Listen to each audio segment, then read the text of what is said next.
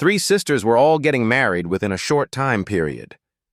Mum was a bit worried about how their sex life would get started and made them all promise to send a postcard from the honeymoon with a few words on their first impressions of marital sex. The first girl sent a card from Hawaii 2 days after the wedding. The card said nothing but Nescafé. Puzzled at first, Mum went to her kitchen and got out the Nescafé jar. It said, "Great from beginning to end."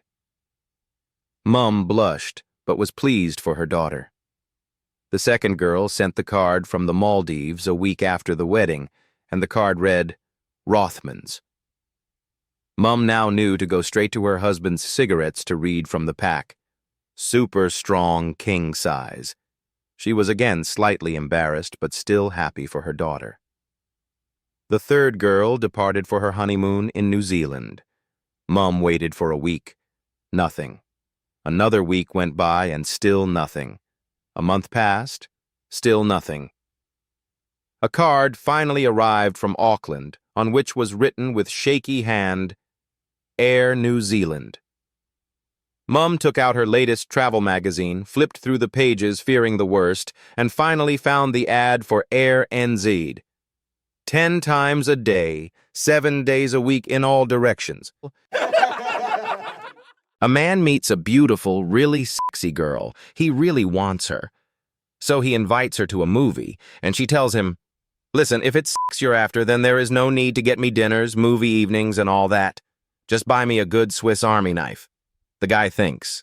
It's true, he's not interested in something long-term, so he buys her a good, genuine Victorinox. They come to her home. She opens a big chest standing in a closet and puts his knife there. The guy sees that the chest is half filled with such knives already. Then she takes him to her bedroom for a wonderful night together. The next morning, they're sitting at her kitchen, drinking tea, and he asks her, "Can I ask you a question? What would you need so many knives for?" "You see," she explains, "I'm young now. I'm beautiful. I have no trouble finding guys. In fact, they're the ones chasing me. But I know it doesn't last forever. One day I'll be older, gray-haired. I'll be the one looking everywhere for a piece of love, and then, do you have any idea what a boy of 18 would be willing to do for a good Swiss Army knife?" A nun walks into the Mother Superior's office and plunks down into a chair. She lets out a sigh, heavy with frustration. "What troubles you, sister?" asked the Mother Superior. "I thought this was the day you spent with your family." "It was," sighed the sister. "And I went to play golf with my brother." "We try to play golf as often as we can. You know I was quite a talented golfer before I devoted my life to Christ." "I seem to recall that," the Mother Superior agreed. "So I take it your day of recreation was not relaxing." "Far from it," snorted the sister. "In fact, I took the Lord's name in vain today." "Goodness, sister," gasped the Mother Superior, astonished. "You must tell me all about it." "Well, we were on the 5th tee. And this hole is a monster, Mother. 540-yard par 5, with a nasty dogleg right and a hidden green. And I hit the drive of my life. The sweetest swing I've ever made. And it's flying straight and true, right along the line I wanted, and it hits a bird in mid-flight." "Oh my," commiserated the Mother Superior. "How unfortunate." "But surely that didn't make you blaspheme, sister." "No, that wasn't it," admitted the sister. "While I was still trying to fathom what had happened, this squirrel runs out of the woods, grabs my ball, and runs off down the fairway." "Oh, that would have made me blaspheme," sympathized the Mother Superior. "But I didn't, Mother," sobbed the sister. "And I was so proud of myself. And while I was pondering whether this was a sign from God, this hawk swoops out of the sky and grabs the squirrel and flies off, with my ball still clutched in his paws." "So that's when you cursed," said the Mother Superior with a knowing smile. "Nope, that wasn't it either," cried the sister, anguished.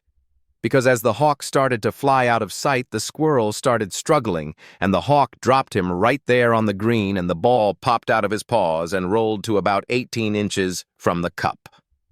The Mother Superior sat back in her chair, folded her arms across her chest, fixed the sister with a baleful stare, and said, "You missed the fucking putt, didn't you?" Professor Stephen Hawking rolled into a fancy dress shop. "Good morning," he said to the shopkeeper in his famous robotic voice. "It's my science department's annual Doctor Who fancy dress party tonight. Would you have a Tom Baker outfit for rental?" "I'm sorry, Mr. Hawking," he replied.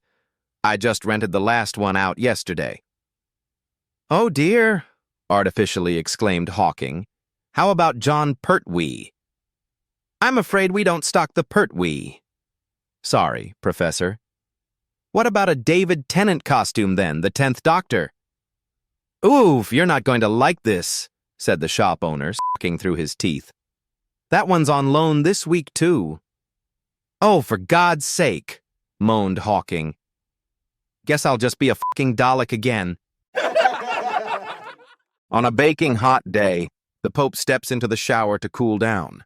He is overcome by the urge to bang one out, and just as he releases the holy seed, he sees a flash of reflected sunlight across the street through the open window and realizes someone has been taking photos.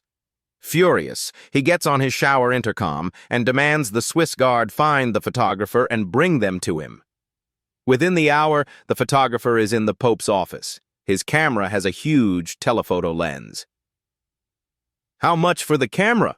sighs the Pope. "Well," says the photographer, "this is going to make me rich. I can sell the photos to newspapers all over the world. Let's say 5 million euros. I'll give you 1 million euros and a promise my guards won't make you disappear as long as you never talk of this to anyone," snarls the Pope. The photographer agrees, hands over the camera, and takes his money. Later that day, the Pope's cleaner is in dusting around and notices the big camera on the Pope's desk. "Oh, Your Holiness, that's a big camera. Was it expensive?" "Expensive?" snorts the Pope. "It cost me 1 million. 1 million? Said the cleaner. "They must have seen you coming." So Barack Obama and Donald Trump somehow ended up at the same barber shop. As they sat there, each being worked on by a different barber, not a word was spoken. The barbers were both afraid to start a conversation, for fear that it would turn nasty. As the barbers finished their shaves in silence, the one who had Trump in his chair reached for the aftershave. But Donald was quick to stop him, jokingly saying, "No thanks. My wife, Melania, will smell that and think I've been in a brothel." The second barber turned to Barack and said, "How about you, Mr. Obama?" Barack replied, "Go right ahead. My wife Michelle doesn't know what the inside of a brothel smells like." A woman wants her vaginal lips reduced in size. A woman tells her plastic surgeon that she wants her vaginal lips reduced in size because they were flapping in the breeze. Out of embarrassment, she insisted that the surgery be kept a secret, and the surgeon agreed. Awakening from the anesthesia after the surgery, she found 3 roses carefully placed beside her on the bed. Outraged, she immediately calls in the doctor. "I thought I asked you not to tell anyone about my operation." The surgeon told her he had carried out her wish for confidentiality and that the first rose was from him. "I felt sad because you went through this all by yourself." "The second rose is from my nurse. She assisted me in the surgery and empathized because she had had the same procedure done some time ago." "And what about the third rose?" she asked. "Oh, that rose is from a man upstairs in the burn unit. He wanted to thank you for his new ears." A 12-year-old boy walks into a barber shop.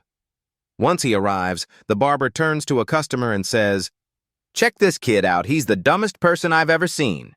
Here, watch this." The barber then pulls out a dollar bill in one hand and 2 quarters in the other. "Hey, Johnny, go ahead and pick which amount of money you want." The kid grabs the 2 quarters and leaves. "See, I told you, dumbest kid ever," the barber exclaimed as he was laughing. After the customer finished his haircut and was walking out the door, he noticed the kid eating ice cream across the street. Feeling sorry for him, he ran over and asked, "Hey, kid, why did you choose the quarters over the dollar?" The kid then turns to him and says through a smile, "Because as soon as I choose the dollar, the game is over."